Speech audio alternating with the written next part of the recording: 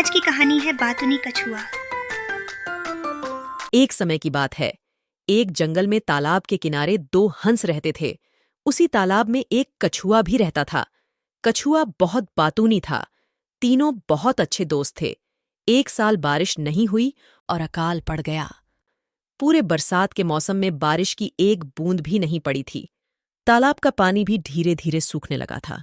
उसमें पलने वाले सभी प्राणी धीरे धीरे तड़प तड़प कर मरने लगे।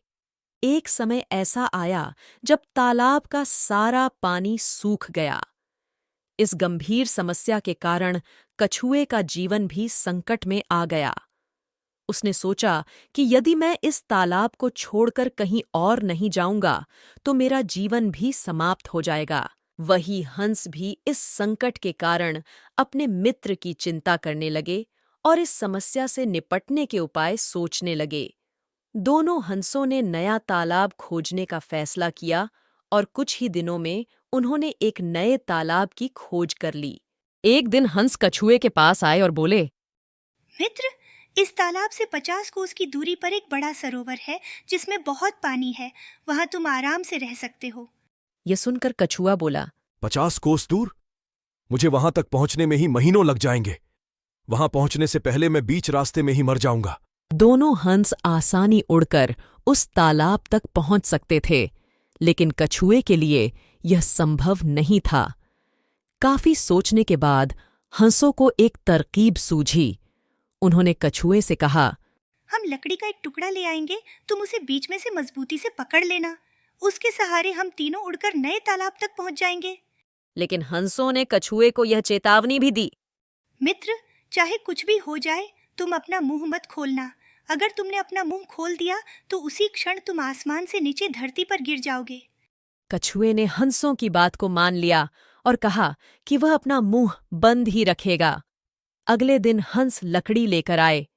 कछुए ने अपने दांतों से उसे पकड़ लिया। कछुए को लेकर दोनों हंस उड़ गए। रास्ते में एक गांव के लोगों ने जब उन्हें देखा तो वह चकित रह गए।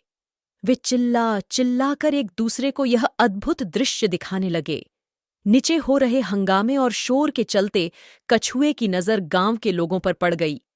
लोगों को अपनी ओर इशारा करते देख कछुआ अपने आप को रोक नहीं पाया।